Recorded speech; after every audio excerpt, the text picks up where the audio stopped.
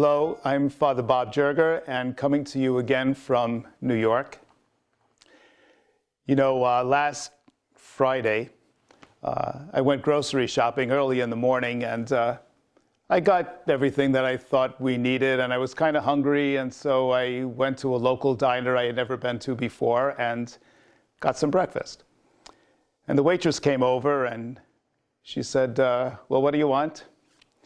And I said, I'll have 2 eggs over easy and some whole wheat toast. And she said, you want some bacon with that? So I said, just dressed in regular clothes and being a wise guy, I just said to her, no. I said, I never eat bacon on Fridays in Lent. I'm a good Catholic. And she looked at me and she said, oh yeah? She said, I used to be a good Catholic.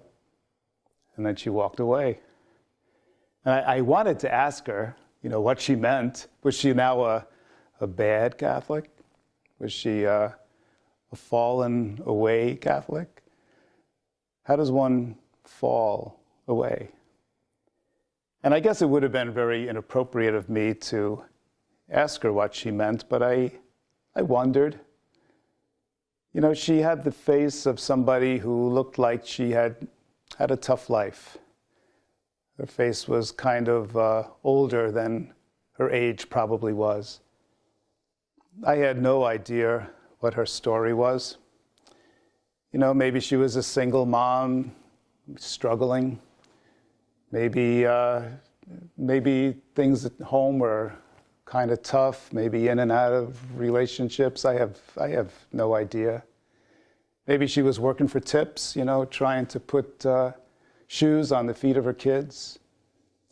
But it haunted me a little bit. I wondered why someone in such a young and vulnerable point in their life somehow feels that for whatever happened, she didn't belong anymore.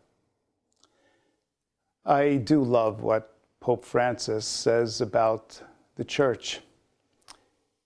He describes the church as a field hospital. A place in the midst of everything that's going on. We bring the wounded and the broken and the bleeding and the vulnerable and bind up their wounds and help to heal them. We don't bring them to ask what their cholesterol count or their sugar numbers are. We take care of their wounds, their bleeding first.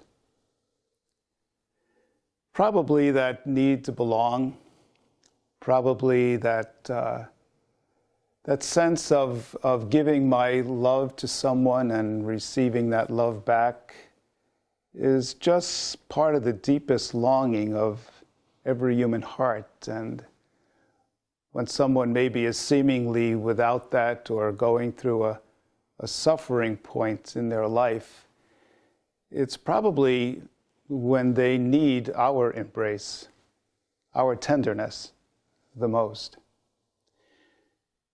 During this Lent, I've been thinking, about different people in my life with whom maybe I've become estranged or whose forgiveness I need, or maybe somebody I need to forgive. Maybe there's a broken relationship in your life as there are in mine. Maybe there are places of healing and belonging and reconciliation that can be part of this Lenten journey. It's all a part of the surrender. It's all a part of the embrace. It's all a part of the field hospital. It's all a part of what makes us human. The journey to love, sometimes it can be very straight and narrow. We know all the rules and regulations of the road, and we know exactly where we're going.